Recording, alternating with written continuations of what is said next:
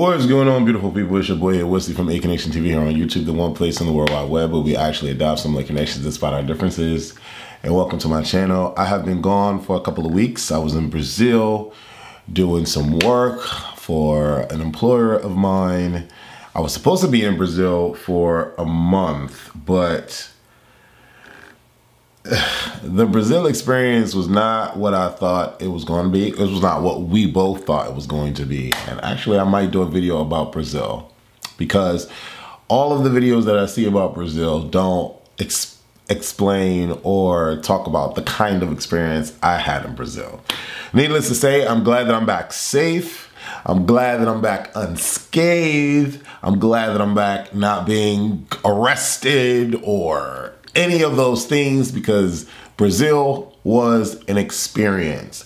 Being away in Brazil, I did not have the opportunity to upload anything to YouTube. So that's where I have been. I have missed the challenge finale. I have missed Big Brother.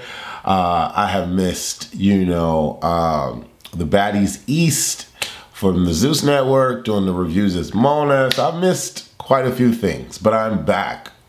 And yeah, let's talk about the ending finale of the Challenge USA Season 2.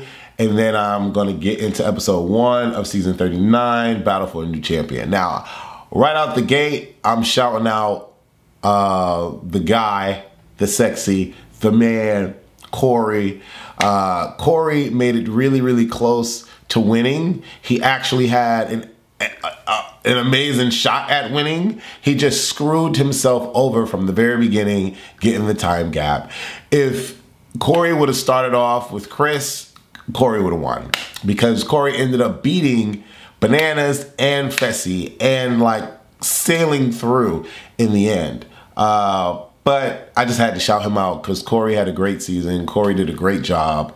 And I just love Corey's growth. And Corey's just super dope. And he's super fine. I love Corey. But outside of that, I'm going to say shout out to the winners of the season, because I'm actually happy for them. I love when good people win. I love when heroes win. I don't like the villains. I'm not going to call Michaela a villain. I know a lot of you like Michaela, but Michaela's tactics were a bit abrupt and on the villainous side to me. Just to me. But she was ride or die for Chanel and Desi. So I love Black Girl Magic, and I love when they actually ride it out to the end. So, Michaela was dope and is a dope person, right? But if I had to choose one over the other, it would be Desi over Michaela. I know, like I said, a lot of y'all like Michaela. It is what it is. But I loved Desi, and I felt like she needed to win, and I wanted her to win because of what happened to her last season, and she won. Desi came through with the win, and Chris came through with the win. To be honest, Chris made the whole final look like a breeze. The whole final looked like a breeze. And he's a threat. I think Chris is the new threat, the new iteration of what a champion should be on the men's side. No shade.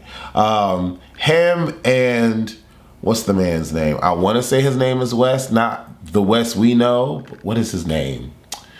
He was on the Legends show, All-Star show, not Legends, the Old People show, and he won that season. I forget his name. We or Q, it's some 3-letter joint. It's like a short name. Anyways, y'all know my memory is fried, so whatever. Again, shout out to Chris and Desi. I'm glad that they won. Now, I want to talk about season 39, episode 1. Teamwork makes the perfect work. Shout out to Aesop for not understanding that teamwork makes the dream work. Yeah, Aesop is a cutie. Aesop is, well, first of all, before I get into like some of the details, because there was a lot going on in this first episode, they kind of like jam-packed everything in. And I hate when we start off with a season where I don't know these people, because now I have to learn these people. So I'm going to learn these people and adjust to these people when the episodes play, right? So this particular review is going to be a little skittish and scattish all over the place.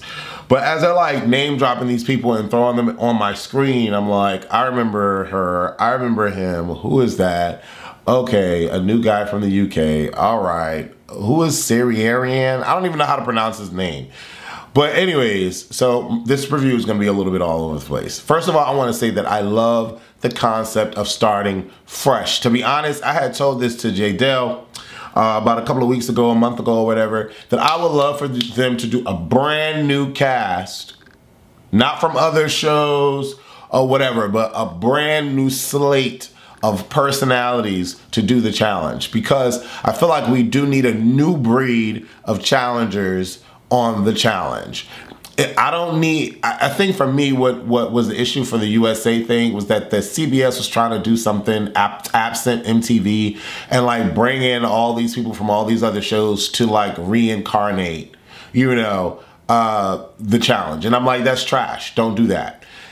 Leave the challenge with the challenge people on MTV and just start a whole fresh new cast of people in their mid to late 20s, okay, that haven't been on TV before, that don't know what they're getting into. You know what I'm saying? And throw them on a show and say battle for a new champion. That would be hot. I would love to see that. But outside of them not doing my idea, I'm okay with this idea, because in this group, there are a lot of people that did not have a shot to be a champion because the vets were already in it and the vets were running shop.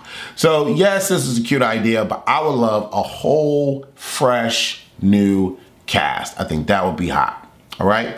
So concept aside, let's dig into this. I was saying before, I like Aesop. Aesop is cute. Aesop has been cute. You know, he's struggling in his apartment with his girlfriend and their child, so he needs the money. Okay. Then I have in my notes Big T.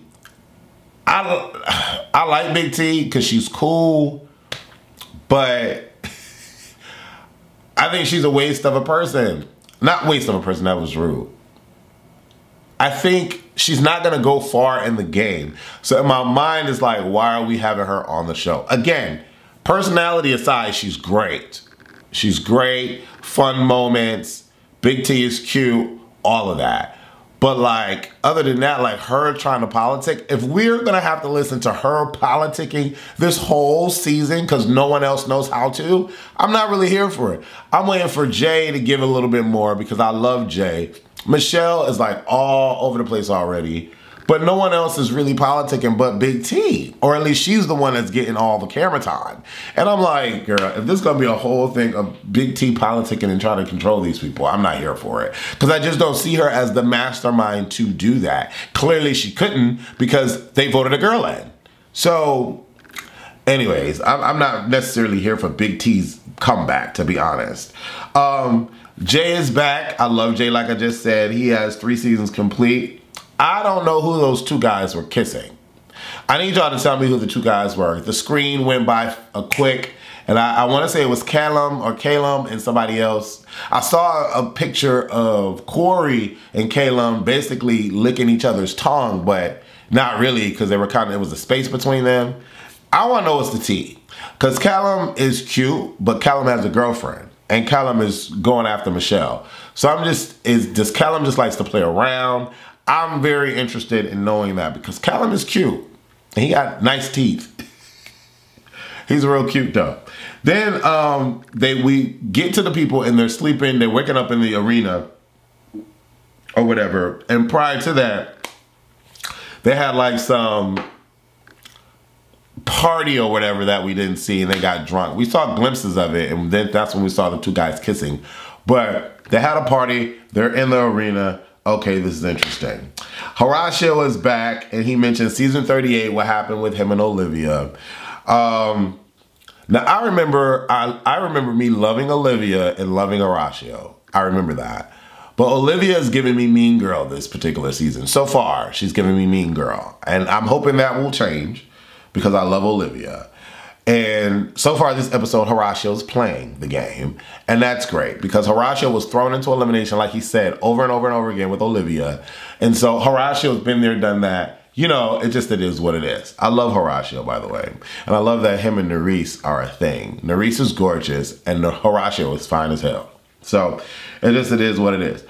Michelle is back, and we just saw her. I don't know who's she giving fellatio to on the producer's team. but she's like in every season now. I don't know. I don't know why we're seeing her. I don't know. I don't understand that. Burner is back, and she wants it to be an individual game. I remember Burner, but not really. So it's like, okay, but clearly she's gonna have a lot going on because they're giving her camera time. Callum was on the Challenge UK, and I put on my notes, he's fine, because he is. His teeth look like sexy and white. They all aren't rookies, and they all aren't champions. This is what they have in common.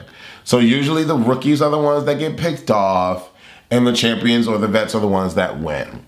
But again, I felt like if this was all a rookie thing, and none of these people have ever been on the show or on TV, period, I think we would get a new breed of challengers, and that would be hot. I think that would be hot. Kylan is back. That's my baby daddy. Only one person is going to be crowned in this particular season, and that's interesting.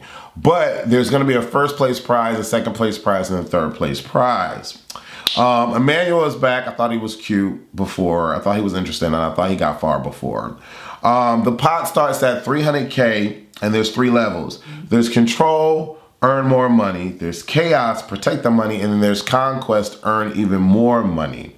It starts to rain on them, and this is where you can tell that, you know, TJ's been doing this for so long. He's like a professional, and the cast just has to endure, right? In my mind, I'm like, I wonder if they have like waterproof mics and what, like everything is waterproof, because like how are they doing all this with these mic packs on them? You know what I'm saying? Like I'm just wondering, like, how are they doing this in the rain, all these mic packs, whatever. Ed is back. I think Ed is a great guy, and Ed is physically a beast. Like he's physically fit. Everyone is competing as a team for the first round, and this is a pass or fail challenge. Now, I think this is interesting. I think like earning the money or putting the money in the pot for the final finale or whatever, I think is interesting. Having everyone compete in this first round was interesting too, because I already knew it was gonna be a split. And it was. It was the men did the hoorah, hoo-ha-ha stuff, and then the women did the dainty, not so really dainty because them things was heavy and they were in the mud, kind of challenge puzzle pieces things. And, you know, I get it. Human nature to divide and be in a group of your own. We don't see that. We fail to understand that, but it happens. If there's similarities amongst humans, the people with the things in common are gonna float to one side, and these other people are gonna float to another side. Case in point. This is not a divide of races, it's a divide of gender. The men all went to one side, the women all went to one side. It's just natural how it happens, right? We were programmed to think that way. And so watching the guys grab on each other and hold on each other and grab each other's asses, it was kind of cute to watch. Cause I'm saying, Callum, freaking Amanda's man, is her name Amanda? Chauncey, Amber is the name, and Chauncey, whew, you know, and then you got Ed, then you got Kylan. Ooh, these men are fine. These men are fine. What are we talking about here? Get to the end of the thing. They get Siriarian, whatever his name, up the thing. The team captain is around, but they can't figure out the puzzle. And to be honest, the puzzle did look extremely hard because the cylinder was so slim that the puzzle piece that was there was just hard to make out. But you could look at the puzzle and see that it was like E, or whatever, parts of the E going in towards the end of challenge. And I was like, that's not how you spell challenge. What is that, challenge? I don't know what that is. But they end up losing the 50K, right? And it's like all of a sudden, well, not all of a sudden, what I said earlier in this video about how the men roll with the men and the women supposedly should roll with the women, but the women are always swayed to go with the men. It's just dumb. I don't get it.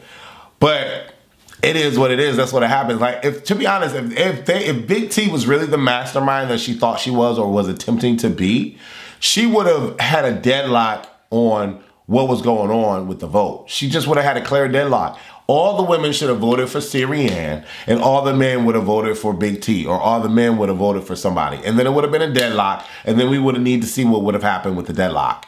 But they're not, I feel like they've been on the challenge long enough to understand how it should work and how they should team up, but they don't team up. They don't work together. They oppose each other. It's just dumb. It was just really, really dumb. To be honest, I'm loving the cast. I'm loving seeing people like Chauncey, seeing people like Ed, seeing people like Raven. I wonder if Raven and Nerese gonna have a conversation. You know, I'm just seeing people like Olivia, Horatio. I'm cool with the cast. Big T tries her hardest to get the women to come together, but they don't come together. Berna is getting on my nerves because she crying that she not roommates with Michelle. And for her to be a good competitor or whatever the case may be, and her to just start crying night one because she's not in the room with Michelle, it's just ridiculous. And even when Huey, whatever the big lip man was, his name is the fake booty, he was trying to calm her down or whatever, and he was talking to her, and she's like, stop yelling at me! Stop yelling at me! Stop yelling at me! I'm like, okay, this girl's a lost cause. Like, she's a lost cause.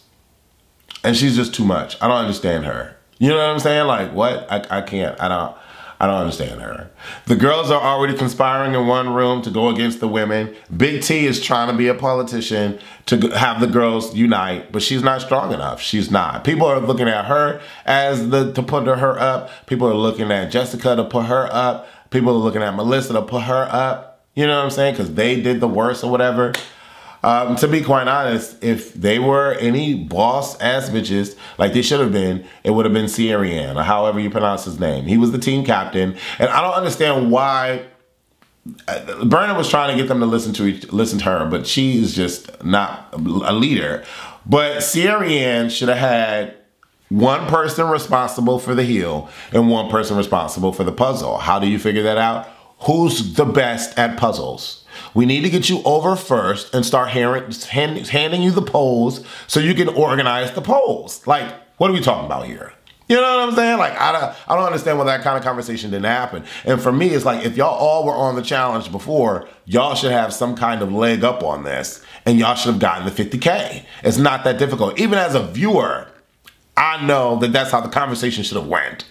You know what I'm saying? You're the team captain because you were in the military or armed forces, wherever you were, but you can't divide and conquer. You can't establish leader positions or leader point roles and the two areas of this particular challenge. Dumb. He should have been up, and the women should have all voted him.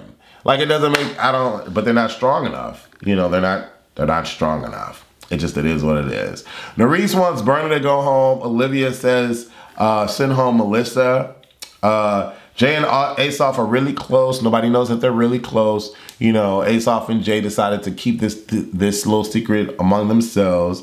Caleb and Michelle are into each other, but Caleb has a whole girlfriend, and he's already known himself personality-wise. He's giving old Corey Wharton vibes because Caleb is just being a player, and it is what it is. I understand why Michelle likes Caleb, but I don't see why Caleb likes Michelle, to be honest. I don't get the tea on that.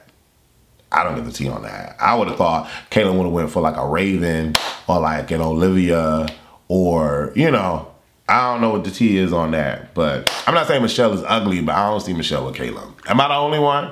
Anyways, the girls blame Syrianne, but the guys think Syrianne did his job, but he didn't. We get to the arena, and Berna starts the vote off going against Jessica. Mind you, in the whole deliberation, Jessica is sitting here like, I just think that I should go home. I'm ready to go home. I want to see my mother. I miss watching TV. I miss watching the challenge on TV. I miss sitting on my toilet. I miss. She's going on and on, and it's like 30-minute dissertation about why she should go home. And then she's confused that she gets picked to go home. And you know, the leader of the pack, follow the sheep, follow the wolf kind of mentality. Berna starts the vote off, and then it's just a trickle effect of getting all that, everybody saying that same name, until we get to Sexy Horatio, who wants to switch it up, and they say Big T, and he says Big T. Jessica gets down in the vote with 23 votes, and she has the power to pick who she wants to go to. I like this. This, I like. So so Jessica picks Big T. Now, mind you, I'm thinking Big T about to go home. But Big T has utilized her training, or the lack thereof, and her experience in the show to win her elimination against Jessica and to prove that she's not just a layup. Big T did that. And, you know, I love Big T personality-wise. I don't like her as a politician. But the fact that she came through, she went in the stand, and she's back real quick, too. Real quick with it. I respect Big T for that and getting the win to come back. She deserves it. She deserves to be in. What do y'all think about the show? Do y'all like the show? Let me know how y'all feel about the show. Sorry I'm looking rough. I just got back from Brazil. And maybe I'll do a Brazil video. But I don't know. But sorry for the roughness. You know what I'm saying? But anyways, leave your comments below. Let me know who you think has the perfect chance to be the first champion in this bunch. Who do you want? To be honest, I'm here for Horacio. I'm here for Nerys. I'm here for Corey. I'm here for Chauncey. I'm here for Olivia. I'm here for Jay. Those are the ones I'm rooting for. Who are you rooting for? Let me know. Leave your comments. I'm here for Ed. I love Ed. I love Ed. Leave your comments below and let me know what you think. Deuces.